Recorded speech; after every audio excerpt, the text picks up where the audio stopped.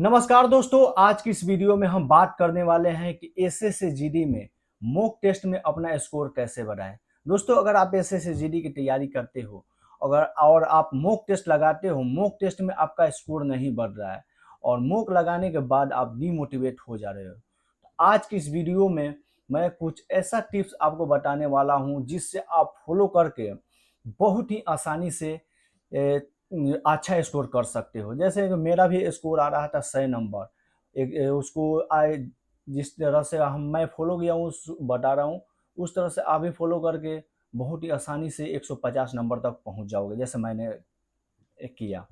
देखिए दोस्तों, सबसे पहला बात, आपको पूरा सिलेबस पूरा करना होगा। बिना सिलेबस पूरा किए आप स्कोर नहीं बढ़ा सकते हो। आपका कोई सा भी सिलेबस नहीं छूटना चाहिए। अगर आपका सिलेबस पूरा भी नहीं हुआ है और 50 से 60% सिलेबस पूरा है तो आप मूक लगाना चालू कर दो।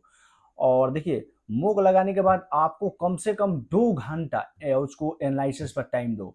जितना अच्छा से एनालिसिस करोगे उतना ही जल्दी आपका स्कोर बढ़ेगा। देखिए, एनालिसिस कैसे करना है। सबसे पहले आपको चार कॉपी ले लेना है, जैसे चारों सब्जेक्ट का, मैथ, रीजनिंग, हिंदी और जीएस का।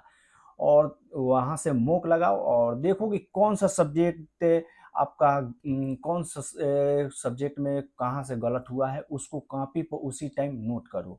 जैसे कि हो गया जीएस, अगर जीएस नहीं जीएस में क्वेश्चन गलत हो रहा है तो उसको कॉपी पर नोट करो। देखो कि जैसे कि आपका पंचवर्षीय योजना से क्वेश्चन गलत हो रहा है, आर्टिकल से क्वेश्चन गलत हो रहा है, जनगणना से क्वेश्चन गलत हो रहा है, तो उसको उसी टाइम कॉपी पर नोट करो और जाकर उस चैप्टर को, जैसे आप नोट्स बनाए हो जीएस का, तो वहाँ से नोट्स पढ़कर याद कर लो ताकि नेक्स्ट मॉक देने के बाद आपका क्वेश्चन उसमें से गलत नहीं होना चाहिए। देखिए, जीएस आपको शॉर्ट नोट्स बनाना है ताकि आप 1 घंटा में पूरा रिवीजन कर लो। उसके बाद आता है, देखो आपको हिंदी में कहाँ से क्वेश्चन गलत हो रहा है। जैसे मुहावरा हो गया, शुद्धि अशुद्धि, जहाँ से क्वेश्चन गलत हो रहा है उसको उसी टाइम जाकर रिवीजन करो और हिंदी का याद कर लो कि ताकि दोबारा मूक मारने के बाद उसमें से गलत नहीं होना चाहिए। तीसरा सब्जेक्ट आता है रीजनिंग। रीजनिंग में देखो कि कहाँ गलत हो रहा है। अगर जिस सब्जेक्ट चैप्टर में गलत हो रहा है उसी टाइम आपको रिवीजन कर लेना है ताकि आपको दोबारा वो वाला गलत ना हो।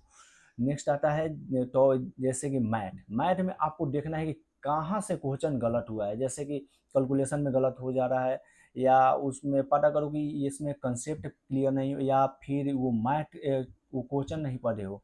अगर नहीं पढ़े हो तो जाकर उसी टाइम कहीं से यूट्यूब पर या आप कॉपी पर नोट्स बनाए हो उसी टाइम उसको रिवीजन करो और उस चैप्टर से कम 50 क्वेश्चन लगाओ ताकि आपका स्पीड भी बन जाए, आपका पूरा वहाँ से रिवीजन हो जाए, ताकि दोबारा मूक लगाने के बाद उसमें से क्वेश्चन गलत नहीं होना चाहिए। कुछ इस प्रकार से आपको फॉलो करना है और जो जो गलत हो रहा है उसको कॉपी पर नोट करना है। इतने बहुत ही आसानी से आप स्कोर बढ़ा सकते हो कुछ इस प्रकार से। देखिए, और देखिए नेक्स्ट बात, अगर आप मैथ में ज़्यादा क्वेश्चन गलत करते हो तो आपको स्पीड भी नहीं बन रहा है मैथ में, तो आपको सेक्शनल मॉक लगाना है डेली, रीजनिंग का और मैथ का। जितना सेक्शनल मॉक लगाओगे उतना ही स्पीड आपका ज़्यादा बनेगा, ताकि एग्जाम में बहुत ही कम समय में आप मैथ को और रीजनिंग को कम समय में आप स्कोर कर सकते हो और टाइम बचा सकते हो। देखिए दोस्तों, सबसे पहले ये भी जानना होगा कि आपको सबसे पहले कौन सा अटेम्प्ट करना चाहिए, मैथ या रीजनिंग, जीएस या हिंदी। तो दोस्तों, सबसे पहले मैं तो रीजनिंग टच करता था, रीजनिंग के बाद जीएस, उसके बाद हिंदी, उसके बाद मैथ। कुछ इस प्रकार से मैं सेक्शन वाइज आप प्रैक्टिस करके बहुत ही आसानी से मॉक टेस्ट में अपना स्कोर बना सकते हो, बढ़ा सकते हो। उसके बाद आपको कैलकुलेशन पे डेली आधा घंटा टाइम देना होगा ताकि मैथ में आपका स्पीड बन सके। और कैलकुलेशन देने के बाद आपका, देखिए ये सब कैलकुलेशन, आपका टेबल, स्क्वायर, क्यू, रूट, ये सब याद होना चाहिए, बहुत ही ज़रूरी है। उसे धीरे धीरे ऐसे ही करोगे, यहाँ से भी सिलेबस पूरा हो जाएगा, रिवीजन भी होगा और आपका वहाँ से जहाँ से क्लास से लिए हो या यूट्यूब से कहीं से भी सिलेबस पूरा करो जल्दी। अगर सिलेबस पूरा रहेगा तो आप कहीं से भी क्वेश्चन नहीं छोड़ सकते हो। बहुत ही आसानी से आप एसएससी जीडी में फुल स्कोर कर सकते हो। मेरा भी 100 नंबर आता था। कुछ इस प्रकार से फॉलो करके 150 नंबर ला दिया था स्कोर बहुत ही आसानी से।